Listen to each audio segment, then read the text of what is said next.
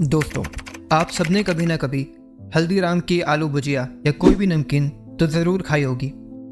पर क्या आपको पता है, ये नाम जो आज एक 84,000 करोड़ की वैल्यूएशन का एम्पायर बन चुका है, उसकी शुरुआत सिर्फ 2 पैसे से हुई थी। 1999 राजस्थान के छोटे से शहर बीकानेर की गलियों में एक 11 साल का लड़का अपनी बुआ से भुजिया बनाना सीखता है।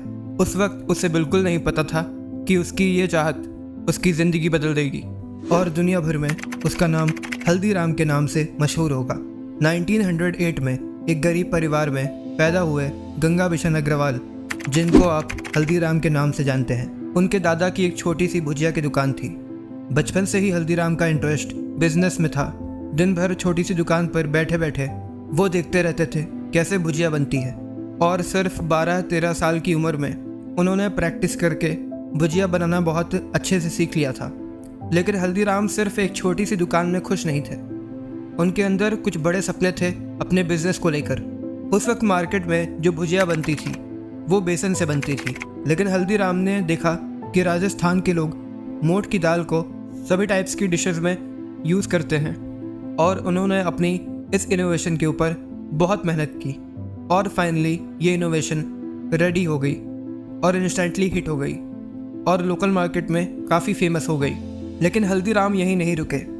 उन्होंने नोटिस किया कि भुजिया मोटी और सॉफ्ट है। उन्होंने सोचा अगर ये पतली और क्रिस्पी हो तो खाने का मज़ा डबल हो जाएगा। महीनों तक उन्होंने मैश मेकर्स के साथ मिलके मैश पर काम किया और बार बार बैटर को थिन करके टेस्ट किया। फाइनली एक दिन उनकी मेहनत सफल हुई और परफेक्ट क्रिस्पी थिन भुजिया तैयार हो गई और कस्टमर्स के लिए ये एक एडिक्टिव स्नैक बन गया।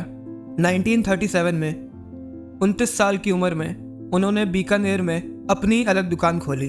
भुजिया बनाने वाले तो बाजार में और भी थे, लेकिन हल्दीराम चाहते थे उनकी भुजिया प्रीमियम लगे, इसीलिए उन्होंने एक ब्रांडिंग मास्टर स्ट्रोक यूज़ किया।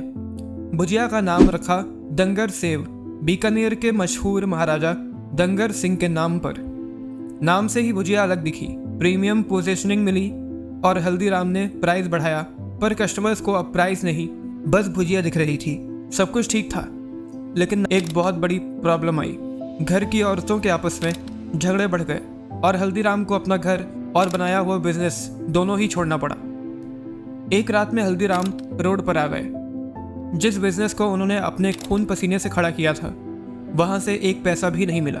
लेकिन एक पुराने दोस्त ने उनकी मदद की उनके बुरे वक्त में, और उनके मन में फिर से एक उम्मीद जगी और हल्दीराम ने पत्नी चंपा देवी के साथ एक नया बिजनेस शुरू किया, मूंग दाल का, और धीरे धीरे वापस भुजिया की तरफ लौट आए।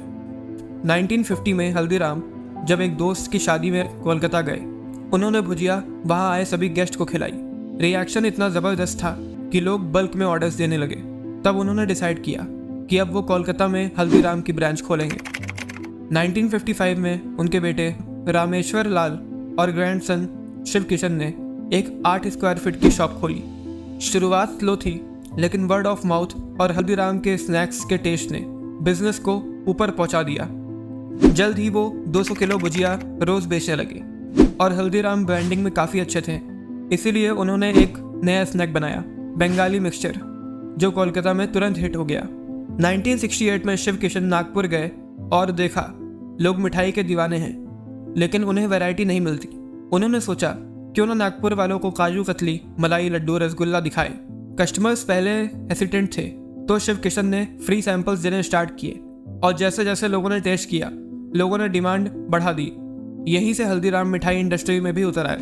धीरे धीरे नागपुर में हल्दीराम स्नैक्स और स्वीट्स का किंग बन गया। 1980 में मनोहर लाल ने दिल्ली में एक्सपेंशन स्टार्ट किया। कंपटीशन ज़्यादा था, लेकिन उन्होंने अपनी नेटवर्किंग स्किल्स से वहाँ भी अपना बिजनेस बना लिया। पर तभी उनके साथ एक बड़ा हादसा हुआ। 1984 एड्स में उनकी पूरी शॉप जल गई, लेकिन उन्होंने गिव अप नहीं किया। उन्होंने पुराने वाले से बेटर नई 2000 स्क्वायर फीट की फैक्ट्री बनाई, आउटलेट्स खोले और धीरे धीरे दिल्ली में ब्रांड बन गया। और जब 1990 में लिबरलाइजेशन के बाद पेप्सी, नेस्ले जैसे फॉरेन ब्रांड्स पैकेज्ड फूड ला रहे थे, तब हल्दीराम ने एक और विज़न दिखाया। उन्होंने अपनी भुजिया को नाइट्रोजन पैकेजिंग में पैक करना शुरू किया। अब भुजिया की सेल्फ लाइफ महीनों की हो गई। छोटी 5 रुपए की पैक से लेकर 200 तक के पैकेट्स पूरे इंडिया में बिकने लगे। दोस्तों, आज के दिन हल्दीराम सिर्फ एक ब्रांड नहीं बल्कि एक एम्पायर है। 400 से ज़्यादा पैकेज प्रोडक्ट्स, मिठाई, नमकीन, पिकल्स, फास्ट फूड आउटलेट्स और बिजनेस टर्नओवर 12,000 करोड़ से ज़्यादा। 80+ कंट्रीज़ में हल्दीराम के स्नैक्स बिकते हैं, यूएस, सिंगापुर, यूके तक। तो दोस्तों, सिर्फ 2 पैसे की भुजिया से शुरू हुआ सफ़र आज बन चुका है इंडिया का सबसे बड़ा स्नैक ब्रांड। हल्दीराम की कहानी हमें ये सिखाती है कि अगर आपके अंदर जज्बा है, जुनून है, तो आप कुछ भी कर सकते हो। और कैसी भी सिचुएशन आ जाए, अगर आपके अंदर कुछ कर देने का सपना है तो आपका सपना ज़रूर पूरा होगा। चाहे शुरुआत छोटी हो, पर एक दिन वही शुरुआत एक एम्पायर बन जाती है। दोस्तों, हल्दीराम की जर्नी में आपको सबसे अच्छी बात क्या लगी और आपने इनसे क्या सीखा? नेक्स्ट वीडियो आपको किस टॉपिक पे चाहिए, कमेंट में बताइए।